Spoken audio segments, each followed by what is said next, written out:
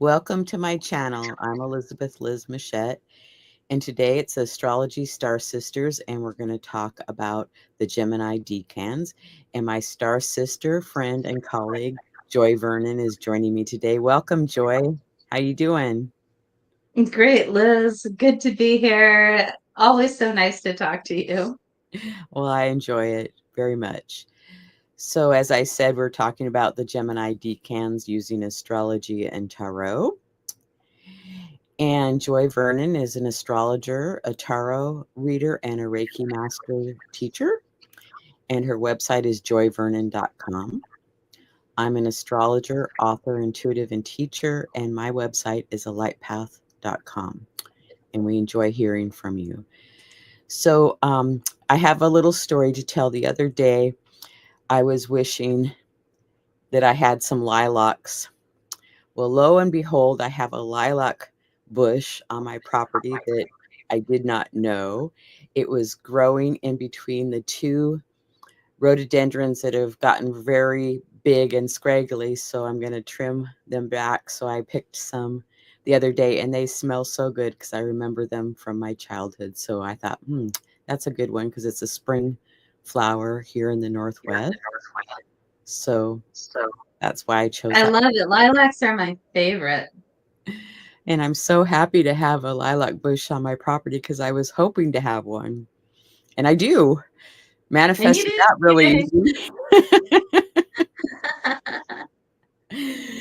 So Gemini is a mutable modality. It's adaptable.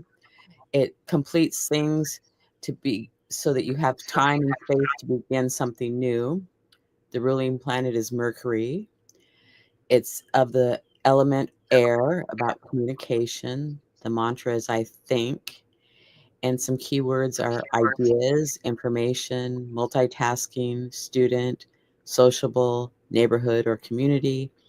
And the caution would be black and white thinking. Would you like to add anything, Joy?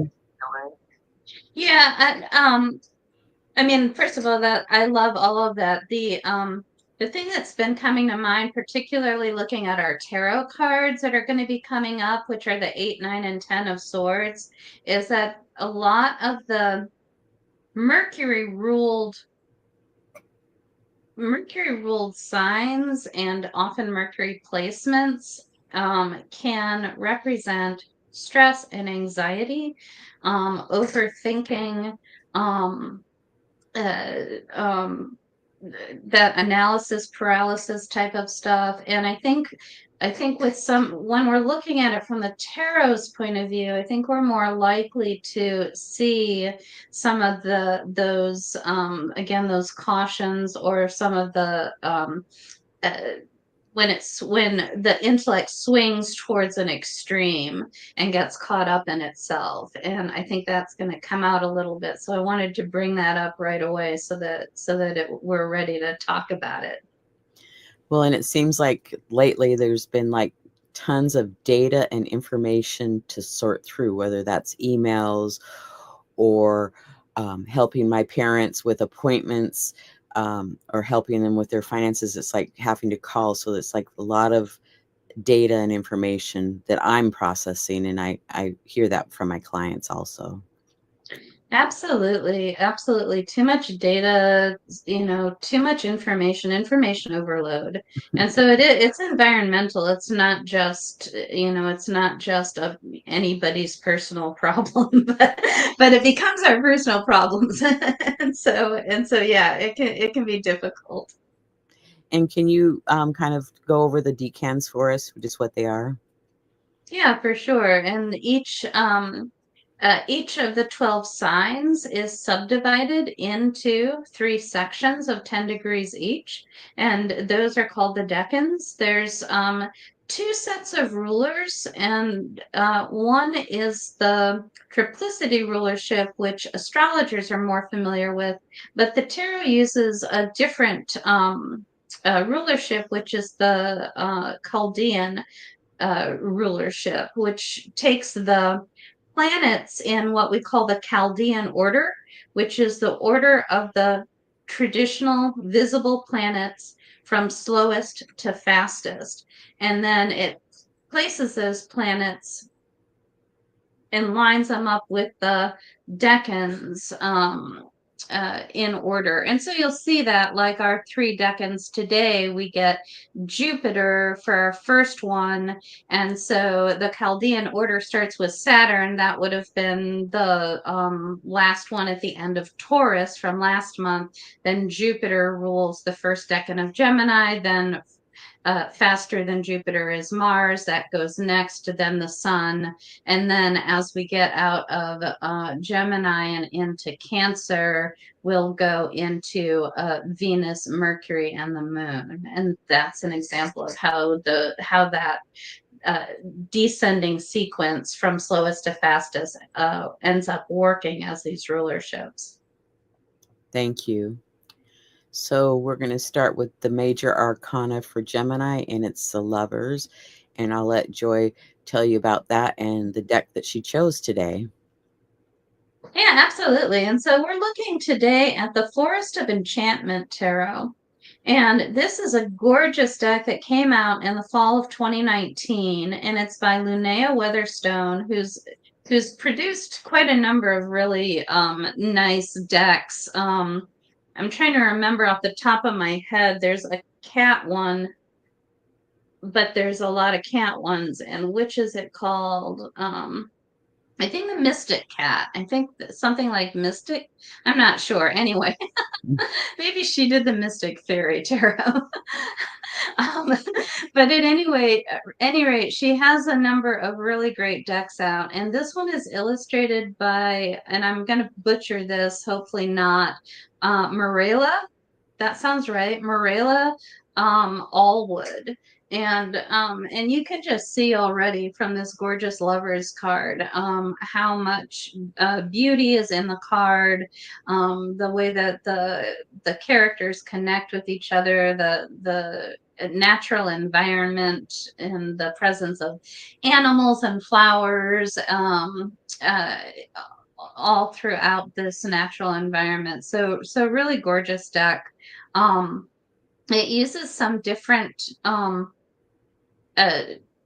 suit icons and suit names. So we'll get into that once we get into our suit cards. But the Lovers is the card that's associated with Gemini. Again, and these associations come from the Golden Dawn and the arrangement. And previously, there are different ways of doing it. There's a French tradition and an English tradition. We follow the English tradition primarily, which is through the Golden Dawn. But there's an older French tradition that goes back to Eliphas Levi, and these traditions are based on the Sefer Yetzirah and Kabbalah. And so, without going into too much detail about that, when you match the 22 Hebrew letters to the 22 major arcana cards, the letter that matches the Lovers card is associated in the Sefer Yetzirah with the sign of Gemini. So that makes a match. And Gemini often it represents the twins, and so it is frequently shown as a pair of people, whether it's a male and female or two males. It doesn't matter so much, but because it is about the connection and the pairing of two things. And so, but it makes a really nice expression as a card for the Lovers. And that idea of finding your match, finding the thing that complements you or reflects you. It's a beautiful card. I like all the nature in it. I have not seen this deck before, but it's very pretty. I like it. And then Gemini Decan number 1, like Joy mentioned earlier, is the 8 of Swords, and the planet ruling this is Jupiter. So I'll let Joy take it from here. And so here's our first suit card, and you can see on the card banner at the bottom of the card illustration. It's the 8 of Challenges. And so challenges are the suit of swords and the suit of the element air. And if I remember correctly, I think fire or wands is spells, and I think visions maybe is the water one. And then the swords or air is challenges, and the earth or pentacles is boons. And so it's got a really nice uh, just a really nice way of working with this, and thinking of those swords cards as challenges really swings them, instead of thinking of them as the traditional like troubles and difficulties or something. It swings it a little bit more positive, because it's like, okay, this might not be the easiest thing you do today, but it's, a challenge sounds like, hey, I want to do that. I want to take that challenge. I want to see if I can step up and accomplish this. So it gives us a little bit more of that positive, optimistic idea. So the 8 of Swords, the Golden Dawn calls it the Lord of Shortened Force, whereas Crowley calls it interference. And in the Rider-Waite-Smith, this is the woman standing blindfolded with her hands bound, and there's a circle of swords around her. And the thing that I think of when you think of shortened force, it's like choking up on a bat. So if you're like me and you're really bad at sports, and you have to go out every year and play softball with the band. I don't know why our band teacher made us play softball, but she did.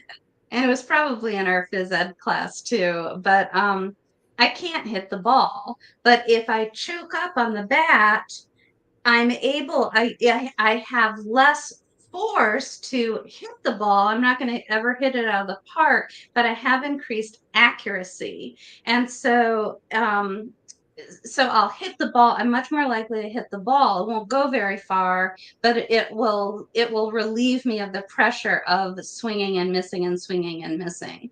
And so that's shortened force, that you decrease your power, but you increase your accuracy. And that's one of the things that's going on in this card, because it is ruled by Jupiter. And Jupiter, of course, is in its detriment in Gemini, being opposite of Sagittarius, which it rules. And so Jupiter does not like being in Gemini. Gemini is holding it back.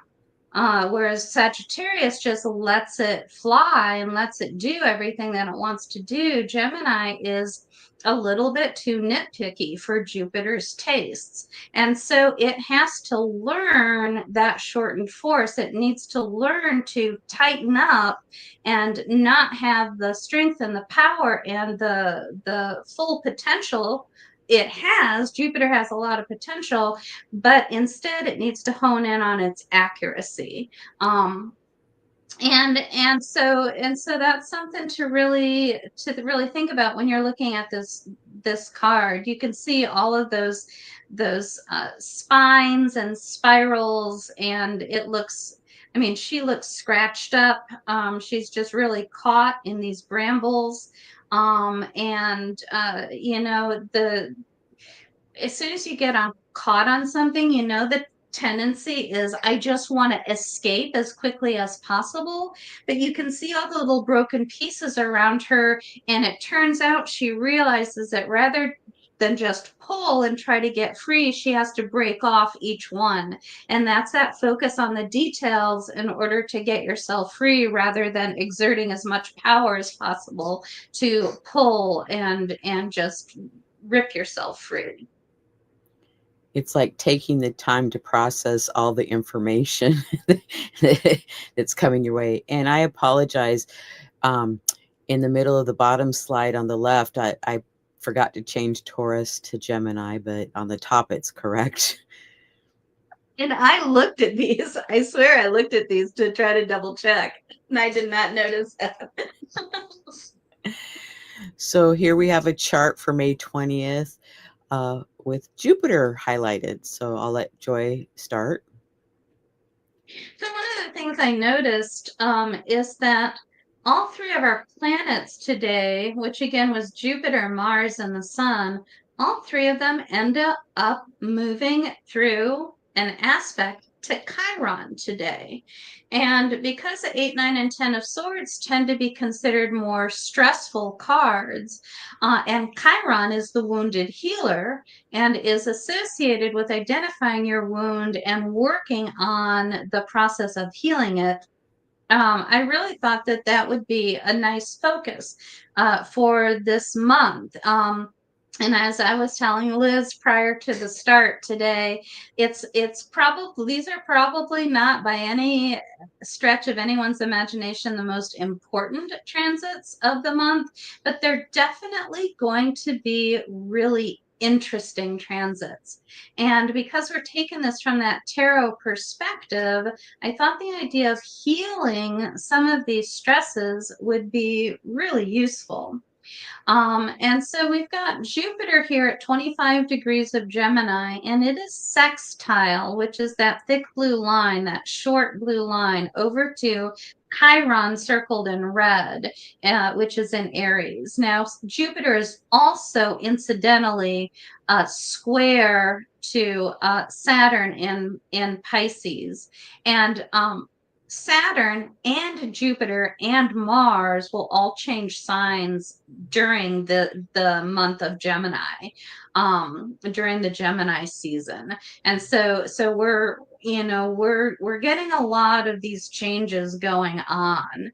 And that can cause, just having that those shifts out there in the environment, that can cause stress because it's something new, and Mutable's ready to prepare for the new, but preparing for the new is a little bit different than your cardinal, hey, it's new, let's go do it. And so Gemini and Saturn will both move into cardinal signs, but while we're still in Gemini, it's a little bit more of the preparation, which might be dealing with some of our fears about these changes. So the Jupiter is its symbol is the priest or the magistrate. It is the advisor to the king. And it's also our leadership and our wisdom. And so here we have wisdom interacting with healing, with Chiron, the wounded healer. And Chiron is a teacher as well. I think that's worth mentioning. And so what does our wound have to teach us here?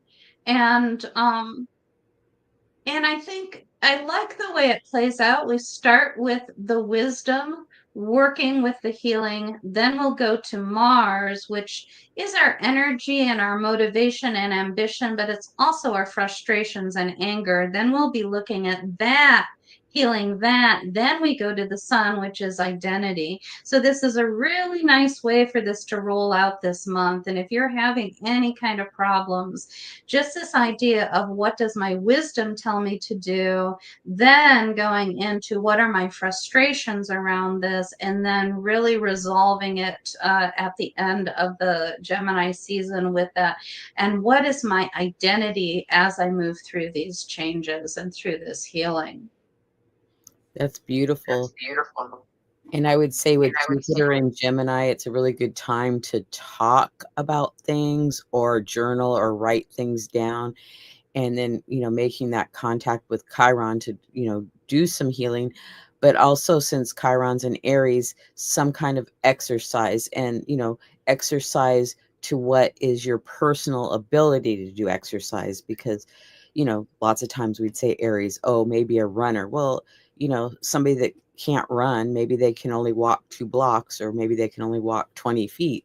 That's sufficient. It's like what your ability is. So I think that could help with that healing at this time.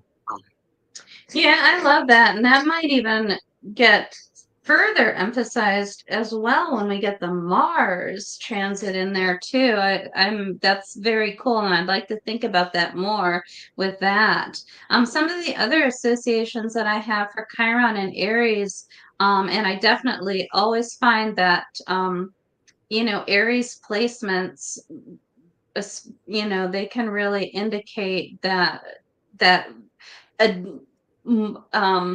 more athleticism than you would expect from the person's body type and maybe other attitudes and things like that. But the I like to think of Aries as your independence, as your sense of identity and understanding your identity. And I think a lot of times with Chiron in there, there can be a wound around, am I independent? What is my independence? What is my identity? How do I understand myself independent of other people? I think that comes up a lot. And so having that Jupiterian wisdom, and Aries has such a kind of a unified sense. It's the first it's the first sign of the zodiacal sequence, and it's very unified. It still has a lot of just kind of newness to it. And the thing about Gemini is that it's our first kind of mirror, that shows an interaction. It shows a pair or a mate or a twin.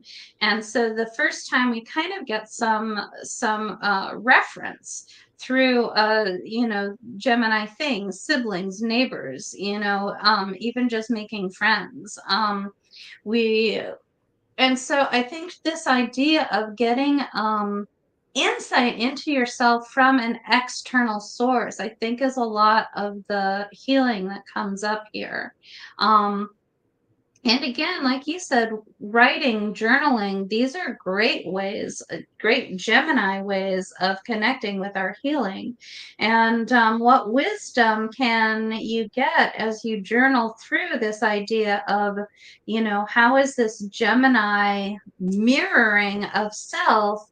How is that helping me get through the problems that I have right now, the wound that I have, perhaps around my individuality, perhaps around my independence, and so on. And then the new moon is on the 25th, and it's going to be in Gemini. So I'm starting some automatic writing to do what I call a mind dump. It's just like you just write and write and write and just let it go. But if it's also a good time if you want to start writing something, to start, if you want to do a book or teach a class, put it together. Great idea. Yeah. Okay, now we're into Gemini Decan number 2, the 9 of Swords, and Mars is the ruling planet. So Mars and Gemini for this one, and I'll let Joy take it over. So, Nine of Swords, the Golden Dawn title is the Lord of Despair and Cruelty. So you can tell that these just start getting very, very frustrating as we move through here. And Crowley just went with cruelty. When I'm working with clients, I don't always I sometimes do like to use the titles, but if I do, for this one, I'm going to stick to despair over cruelty. So it's not too surprising from what we know about Crowley that he would go ahead and hit it hard with the more negative one. So we've got Mars ruling the second decan of Gemini here, and I'm glad that you pointed out that Mars is at this time frame. Mars is, in fact, it moves. It starts at, I think it starts when the sun moves into Gemini. I think it starts about 15 degrees of Gemini, which is the Jupiter decan of Leo, but then it moves into the third decan of Leo, which is its own decan, and then moves forward from that into Virgo. So I think by this date that we're looking at here, I think it has moved into that third decan of Leo. which is its own decan. So it's already strong. It has that additional strength. Mars tends to do well in the fire signs anyway, and then also being in its own decan, it just gives it a little bit of extra boost in terms of its power. And in this card here, we see that it's nighttime. There's a moth. There's a spider and some kind of other creepy crawly thing. Um, there are those mushrooms and some little flowers, and this person is kind of curled up and hiding in these great roots of these trees. The tree in the background is taking on some kind of like monstrous shape with those kind of claw-like branches sticking out. So certainly that nighttime, and you see those pairs of eyes just kind of sprinkled throughout the card. There's a sense of foreboding. But this, character got lost at night, trying to find a place to be safe, to be comfortable, to hide. Um, and that's definitely that feeling of despair. It's like, what have I gotten myself into? I got lost and now it's too late. I can't find my way anymore. And it's dangerous at night, it's dangerous in the dark, all of those things that kind of come out and really amp up our anxiety. A lot of times I think of the Nine of Swords as the things that keep you up at night. When you wake up in the middle of the night and can't sleep because I don't know about you, but I'll just get up and do it. If it wakes me up in the middle of the night, I'll get up and do it. I'm like, maybe then I can go back to sleep. Are you like that? Oh yeah, if I can't sleep, I just get up. But yes, the card reminds me that it's, a little bit scary and nightmarish, maybe, of the environment they're in. So yes, I so agree with that. And then one of our viewers typed in that they liked an idea. So I'm assuming that was from Gemini Decan #1. So I thank our viewer for typing in. We appreciate it. Yeah, absolutely. And then we're going to go to the astrology chart for June 10th with Mars. And so here we do have Mars into that third decan now, which is the decan of Leo that it rules. Now the sun itself is still in the second decan, which is so we're which is also that decan is ruled by Mars, and then Mars is in the third decan of Leo, which it rules. And so those planets, because it's 7 planets going in order and repeating, they'll rule once every 7 decans. Without going into too much detail. And so here we have Mars at 26 degrees of Leo. There was earlier in the month and kind of like right now time, Mars and Venus were having a really nice trine that lasted for a couple weeks, I think. But Venus, by this point, by June 10th, Venus has moved into Taurus and is no longer in that trine relationship to Mars. But we still have Mars trine to Chiron. And so now Mars is our anger, our frustration. It's what we're willing to fight for. It can be our ambition, our energy, our excitement and motivation. And like you mentioned, it's often associated with exercise and movement and athleticism, and as well as competition. And so all of those things are working over there with Chiron, the wounded healer, to see how we can integrate those and how we can find more balance. The air signs, I think a lot. I mean, Libra is always associated with balance, but I think all 3 of the air signs have a certain degree of balance to them. And so Gemini is no exception. How can we use our, Sun and Gemini energy to balance out some of this Mars trine Chiron? Do you have any ideas there, Liz, in terms of what kinds of wounds might be coming up with this, and some nice ways of healing them? Well, I would say with Mars and Leo, it's like if you feel like your heart has been wounded, something broke your heart or something, that would be like whatever's in your heart to heal that energy. And I'm not saying the health of your heart, but if some wound and it touched you on that deep level, that might be a really good way to do it. And I'm thinking, depending on what your level of ability is like maybe a walk by yourself in nature, perhaps, even though we don't have an earth sign here, but it just feels like maybe doing something independently to assist with that. Because we do have the sun in Gemini. So to me, writing and talking about it, having a close friend that you can trust, or even seeking out a counselor. So that's what I would suggest.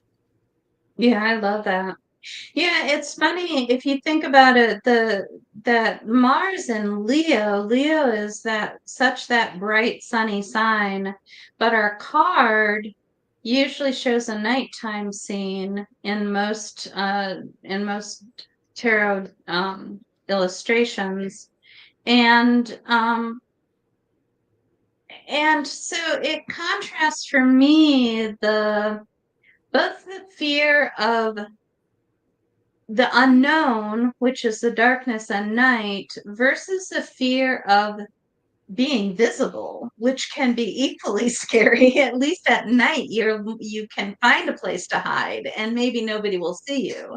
But during the day, that's a lot harder.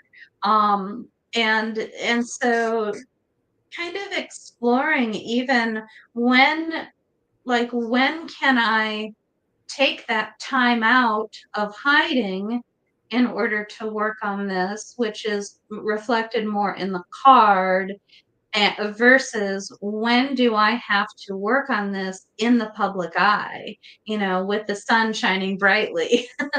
And so maybe that's something to think about too. Well, and reflecting on the card being in the darkness, it's maybe some things that we've repressed or pushed down and that we haven't really wanted to face. And it's like really asking us to, be gentle, but to start facing it and working on it. Man, I love that. That is awesome. Yeah. Well, and we get that Mars is also square over there to Uranus at the end of Taurus. And I didn't highlight it, although I made a note on the side there. But Uranus is the unexpected. It's in innovative and creative, and coming up with outside the box thinking. And so maybe with that Mars Uranus square, again, a square is a challenge, but maybe if we can challenge ourselves to come up with new ways of thinking about this problem, whatever it might be, that might also give us some freshness to deal and to release whatever that wound might be. Well, and just you might have surprising results from looking at it or making an effort. And I want to say with Taurus, maybe even just I mean, you could garden in a big level, but maybe you don't have the space or you don't have the capability or the time to do that. But even one plant or an herb or something could really assist and help. Love it. Love it. Nice. So Gemini Decan number 3 is a 10 of swords, and Sun in Gemini is the ruling. So I'll let Joy take it away. And so here, Golden Dawn and Crowley both agree on this one. It is the Lord of Ruin, or just Ruin for Crowley. And I I gotta say, I particularly like this illustration. This is the one that in the Rider-Waite-Smith, the guy is lying face down. He's got swords all stuck in him. He really looks pretty dead. And some cards even show blood. I don't think the Rider-Waite-Smith does, but some are. It can test your your boundaries if you're sensitive to intense scenes sometimes. This one I really like. I think the desolation of it and the loss, I think, comes out really strong. Um, without quite the level of stress and fear that and discomfort that comes with the Ten of Swords. I know a lot of people that like to think of the Ten of Swords as an ending, whatever it's been, it's finally over. And I do think that can be a really useful way of working with that card.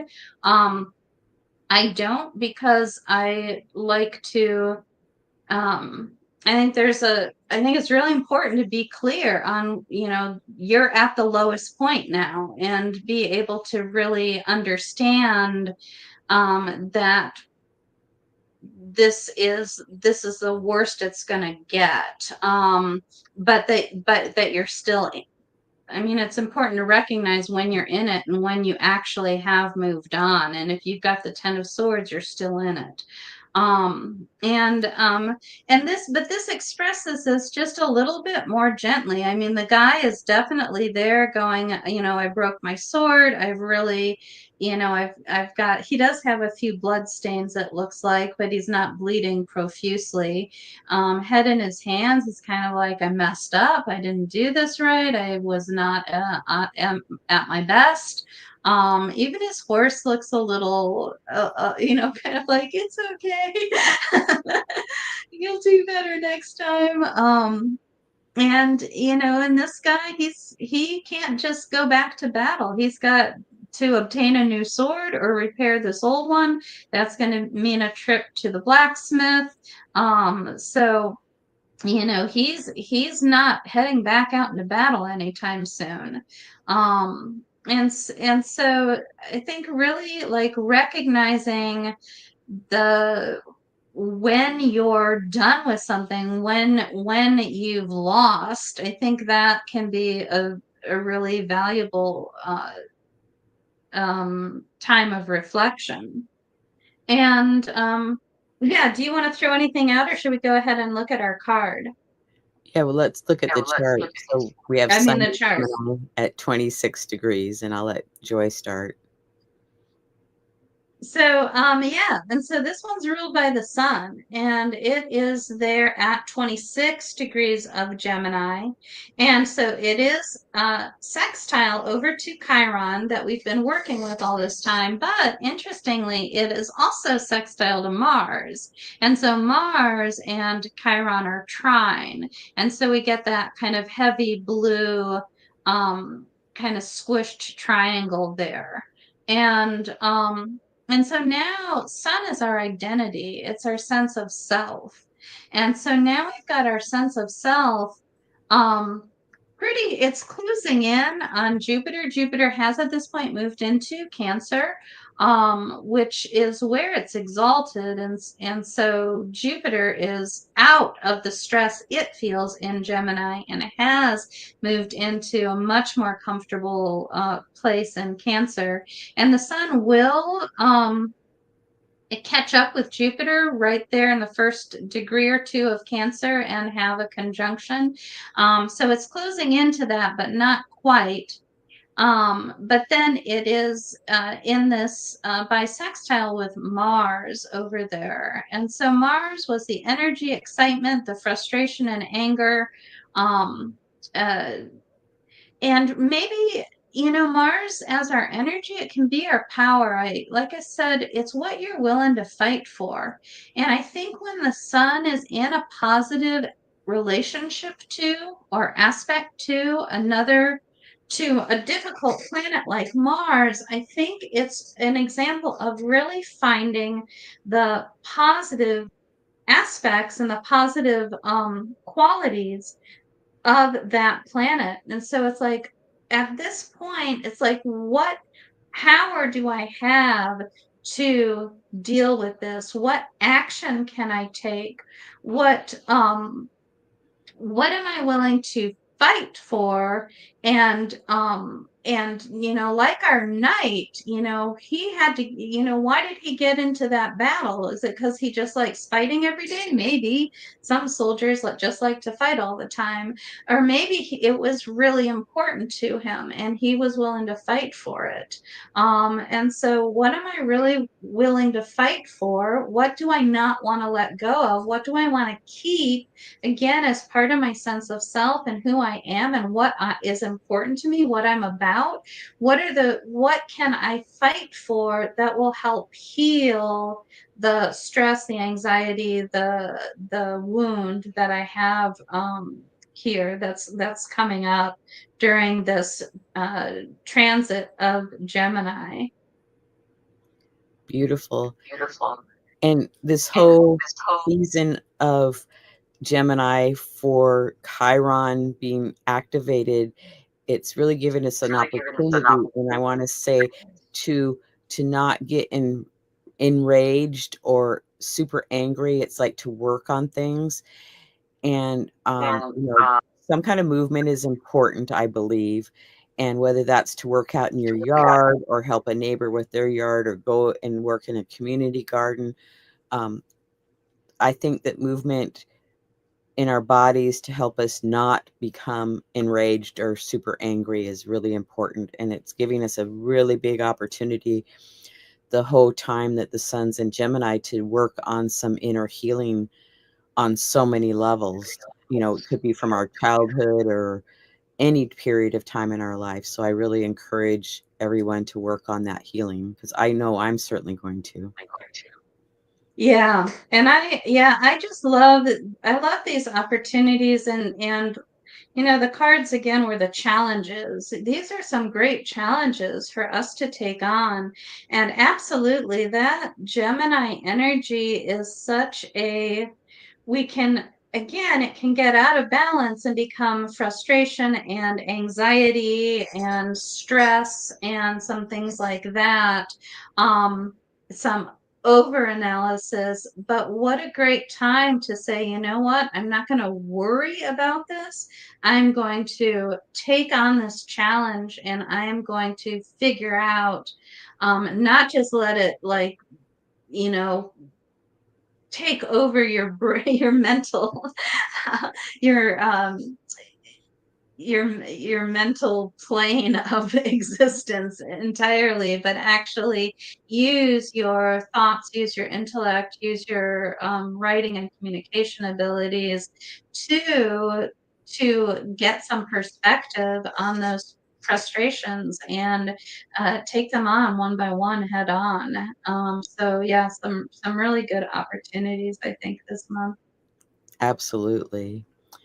And the Gemini court card is the Knight of Swords. Yeah, and so Gemini, the Knight of Swords, knights are the mutable of their element, and so the mutable air will be our Knight of Swords.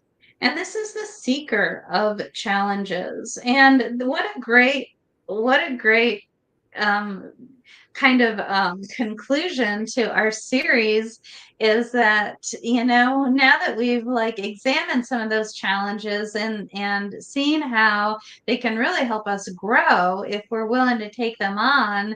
It's like at the end, we're like, yes, I am going to seek out my challenges and I am going to confront them head on and I am going to overcome them. I'm going to really work on them and see what happens.